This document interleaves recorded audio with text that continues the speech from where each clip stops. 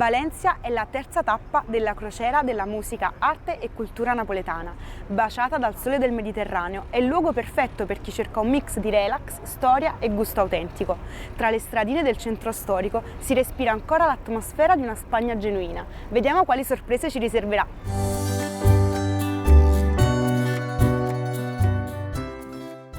Alessia Spinosa ci ha dato il benvenuto a Valencia, la nuova tappa della nostra crociera. Ricapitolando, abbiamo toccato Palermo, con il mercato di Ballarò, il Parlamento siciliano, oltre che le specialità gastronomiche di questa terra.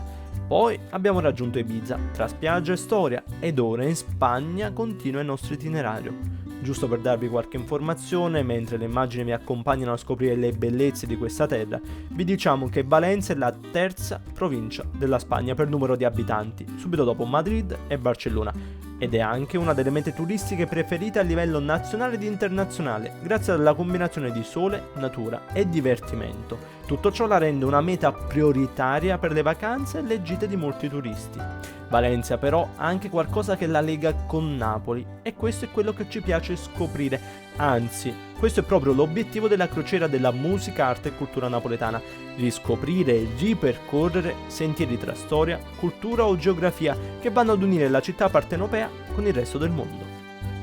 Lo sapevate che a Valencia esiste una piazza che prende il nome dalla nostra terra? Si chiama infatti Plaza Nápoles y Sicilia e si trova a 2 passi da Plaza de la Reina, dove siamo al momento e dove si erge la cattedrale. La cattedrale è un edificio che racchiude in sé secoli di storia e ha il tipico stile gotico valenziano.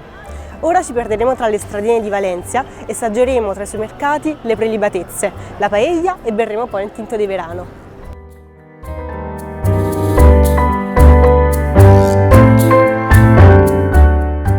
La paella valenziana, non assaggiarla sarebbe quasi un sacrilegio. Questo è l'emblema della cucina tipica spagnola che nasce proprio qui, nella provincia valenziana.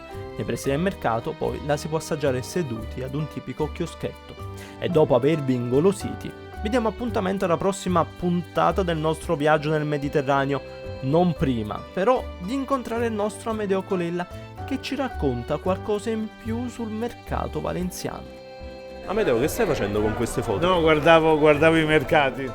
No, guardate, quando devono evocare immagini di mercato su questa nave è tutta Napoli, insomma, no, MSC, dobbiamo dire la verità, mette tutte immagini napoletane antiche. Vabbè, noi il mercato però l'abbiamo visto anche a Valencia. Il mercato di Valencia oggi è stato bellissimo.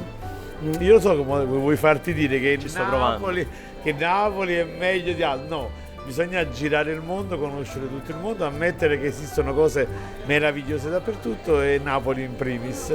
Poi c'è una differenza sostanziale fra il mercato napoletano e il mercato di Valencia, o il riso.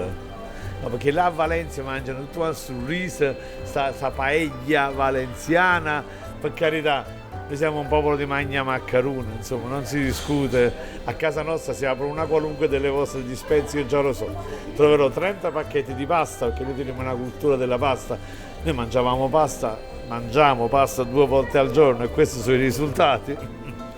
E poi magari troviamo nascosto dietro un pacchetto di riso su lista, triste, e che la volta che vogliamo usare diciamo controlla la scadenza, fosse scaduta, mi si mangia maccaruna.